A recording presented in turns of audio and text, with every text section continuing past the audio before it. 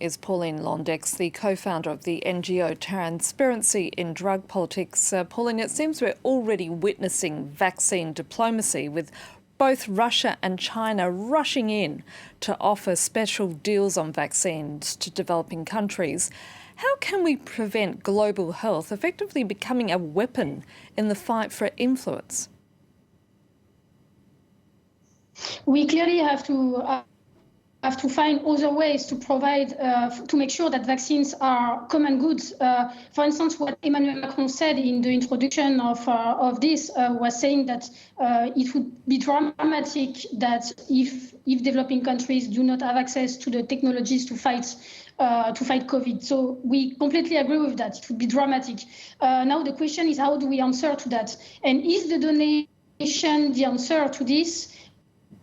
Only the answer is no. We have to make sure that developing countries can produce themselves also some of the vaccines that they need.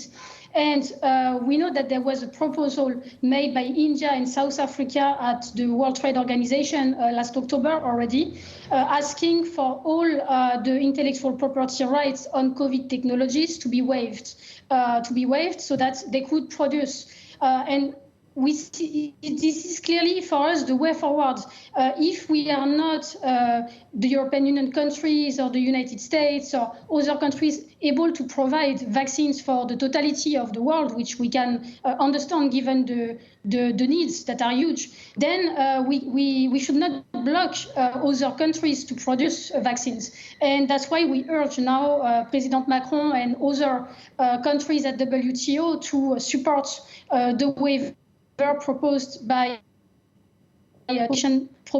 South Africa and India, so that they can start producing the vaccines that they need for the population. Only this will allow to have a global response to this pandemic and to win against this virus. How dangerous is it if the global south is left behind in the vaccine rollout?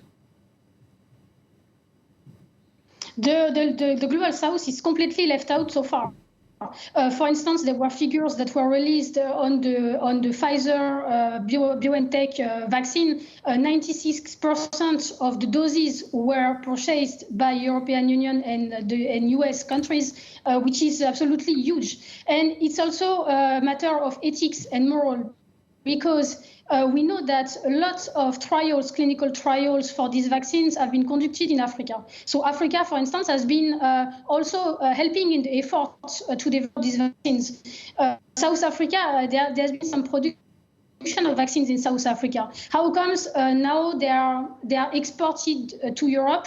That's not acceptable for us. These countries, global South countries, should be able to access to these very important vaccines. So what lessons need to be learned from this pandemic as a result, Pauline?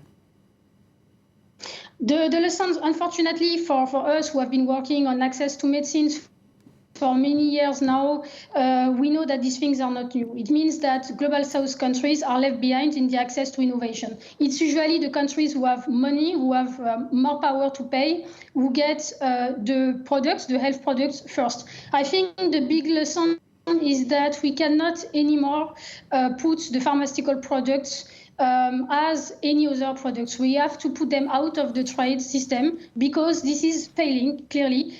We see that the current pandemic is putting all our economics at risk. We see all the lockdowns, the consequences on many populations. So we can't treat health issues the same way as we treat other trade issues. Pauline Londex, thank you for that. And we do apologise to the viewers for the technical audio quality of that interview. Now,